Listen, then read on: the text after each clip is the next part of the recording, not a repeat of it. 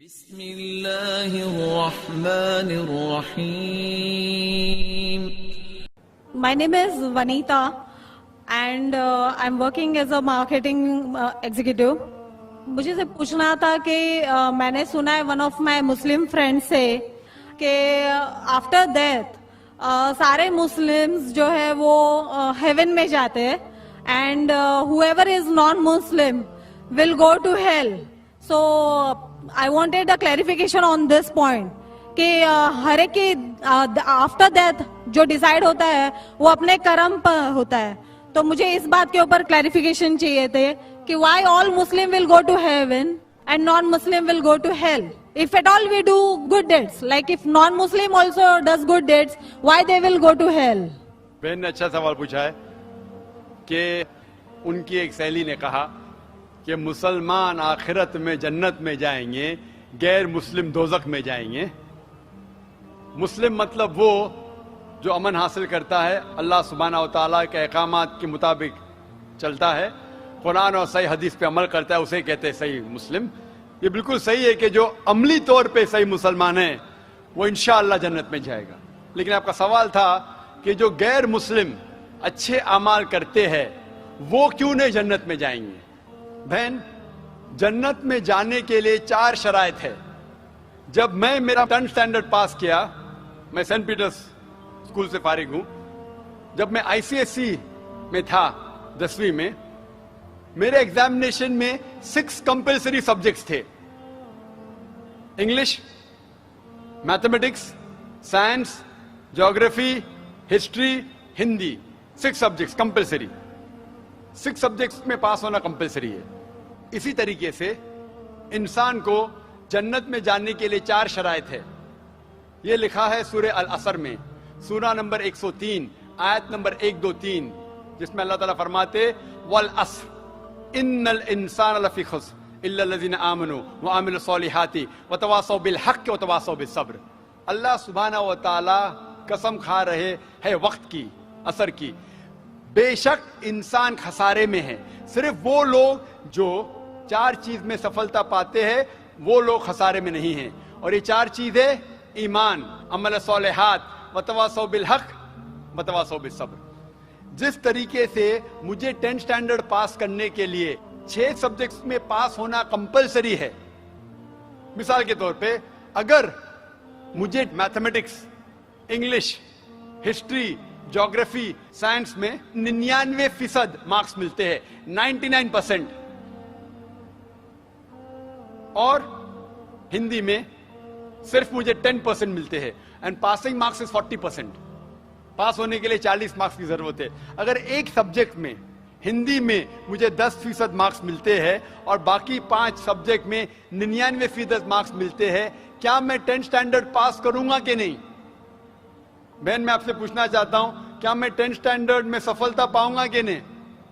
ایک سبجیکٹ میں 10%، باقی 5 سبجیکٹس میں 99%. کیا میں 10 اسٹینڈرڈ پاس کروں گا کہ نہیں؟ نہیں. کیوں؟ کیونکہ مجھے ہندی میں 10% مارکس ملے، بھلے 99 ملے باقی 5 سبجیکٹ میں، ہندی میں 10 فیل. اسی طریقے سے جنت میں جانے کے لیے سورہ العصر کے حساب سے 4 چیزیں ضروری ہے: ایمان، عمل صالحات، نیک اعمال جو آپ کہہ رہے، وتواصوا بالحق، لوگوں کو حق کی طرف بلانا، وتواصوا بالصبر، لوگوں کو صبر کی طرف بلانا. 4 چیزیں ضروری ہے. ایک بھی چیز اگر ان 4 میں سے مسنگ ہے، موجود نہیں ہے، اگر آپ ایک بھی چیز میں فیل ہوتے ہیں تو آپ جنت میں نہیں جا سکتے. اگر آپ کہتے کہ آپ اچھے انسان ہیں، اعمال میں آپ بہت اچھے اعمال کرتے ہیں، مان لو آپ کو 99 مارکس ملے اعمال میں، 99، لیکن ایمان میں تو آپ فیل ہے. آپ یہ نہیں مانتے کہ اللہ ایک اور محمد صلی اللہ علیہ وسلم آخری پیغمبر ہے جو ساری مذہبی کتاب میں لکھا ہے، تو آپ ایمان میں فیل ہے. آپ کتنے بھی نیک کام کرو، 99% ملے، 100% ملے باقی 3 حصے میں، ایمان میں لیکن فیل ہوئے تو آپ جنت میں نہیں جائیں گے. اسی طریقے سے اگر کوئی انسان نام کا مسلمان ہے، اچھے اعمال نہیں کرتا ہے، نیک اعمال نہیں کرتا ہے، وتواصوا بالحق، دعوت نہیں دیتا ہے لوگ کو، حق کے راہ پہ نہیں بلاتا ہے، یا لوگ کو صبر کی طرف نہیں بلاتا ہے, صرف نام کا مسلمان ہے, محمد, سلطان, ذاکر, عبداللہ, تو وہ جنت میں نہیں جائے گا.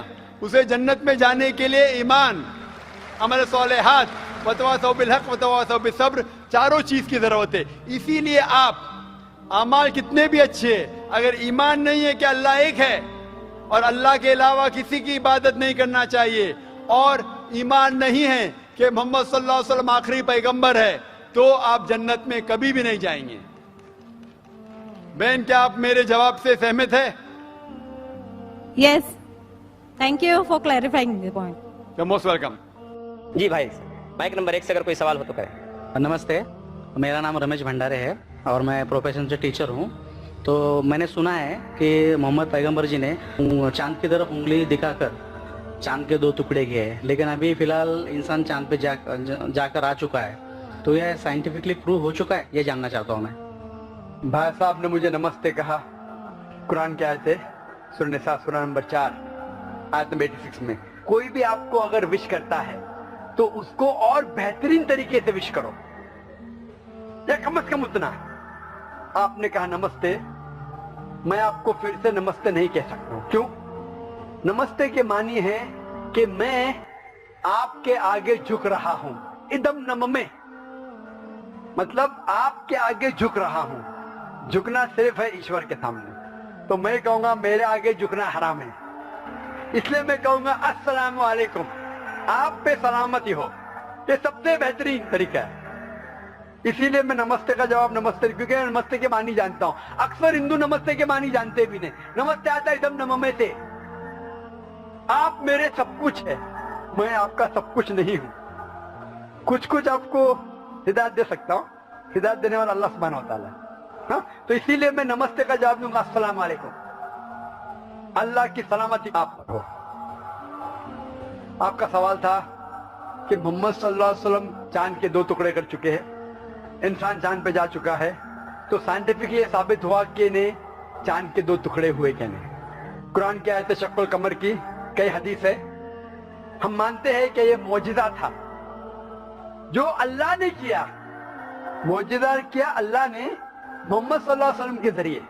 آج سائنٹیفک ریسرچ ہو چکا ہے, اور کچھ ایسٹرونامرز جو فلکیات کے ماہر ہیں وہ کہتے ہیں کہ چاند پہ ایک فشر ہے.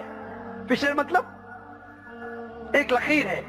کیا ہے پتہ نہیں. تو ہم کہتے ہیں کہ یہ لکیر شاید نشانی ہے جب اللہ کے پیغمبر محمد صلی اللہ علیہ وسلم نے شق القمر, قمر کے 2 ٹکڑے کیے تھے. ٹکڑے ہو گئے واپس ہو گئے, تو یہ فشر ہے. تو سائنٹیفکلی ایک فشر ہے, کیا ہے لوگ کو پتہ نہیں. تو میں کہتا ہوں انشاءاللہ وہ فشر وہی ہے جو اللہ کے رسول نے ٹکڑے کیے. لیکن آج اگر کوئی کہے گا کہ چاند کے ٹکڑے 2 ہو گئے اس لیے میں اسلام میں مانتا ہوں, شاید, لیکن آج دور معجزہ کا نہیں ہے, چمتکار کا نہیں. آج دور ہے سائنس کا, اور سب سے بڑا چمتکار جو آخری پیغمبر محمد صلی اللہ علیہ وسلم نے کیے وہ ہے قرآن. سب سے بڑا چمتکار ہے.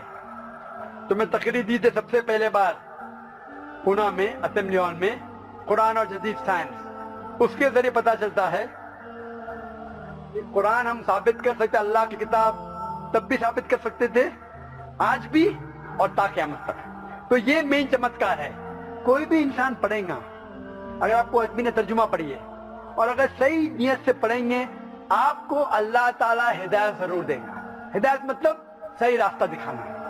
تو صحیح راستہ جو ہے وہ آخری کلام خدا کا, وہ قرآن شریف. Hope that answers the question. لا إله إلا الله لا إله إلا الله لا إله